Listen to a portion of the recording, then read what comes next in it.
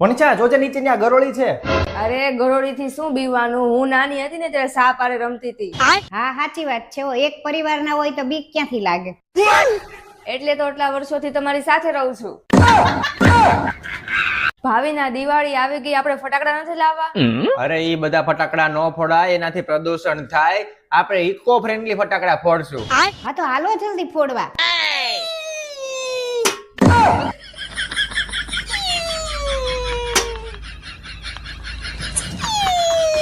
Mummy શું છે? Mummy આ સાયકલ નથી આવતી, આ સાયકલ કઈ કામ નથી કરતી, હવે તો આને ભંગારમાં વેચી દે ભાઈ. કામ તો તુંય કઈ નથી કરતો, અમે તને દીધો ભંગારમાં.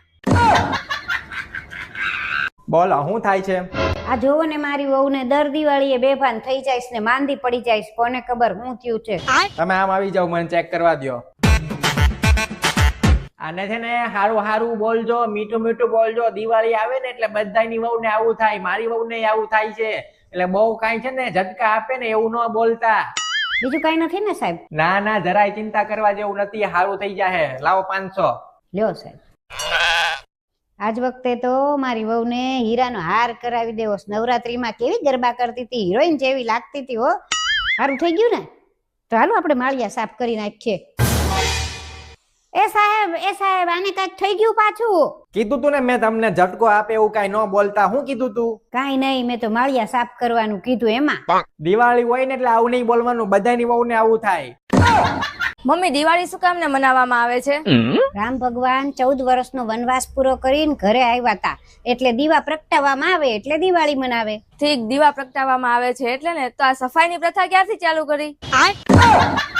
મનીષા કેમ આજ રસોઈ નથી બનાવવાની? ના ના. કેમ? લગ્ન પેલા હું નહોતી ત્યારે કોણ બનાવતું તું? ત્યારે તો હું જ બનાવતી હતી ને. હા તો જેમ હાલે છે એમ હાલવા દે ને, હું શું કામ ને બનાવું? तेरा तो गेम बजाना पड़ेगा. મમ્મી પૈસા આપો ને, મારે શોપિંગ કરવા જવું છે. લગ્ન નહોતા થયા ત્યારે કોણ આપતું તું તને પૈસા? મારા મમ્મી પપ્પા. હા તો જેમ હાલે છે એમ હાલવા દે ને, લઈ આવીએ એની પાસેથી. મમ્મી ઓલા ભાઈ પાસે હશે, એમની પાસેથી લઈ આવીએ. 500 ના છૂટા હોય તો આપો ને. 500 ના છૂટા. गोलमाल है भाई, सब गोलमाल है. કાકા 500 ના છૂટા છે.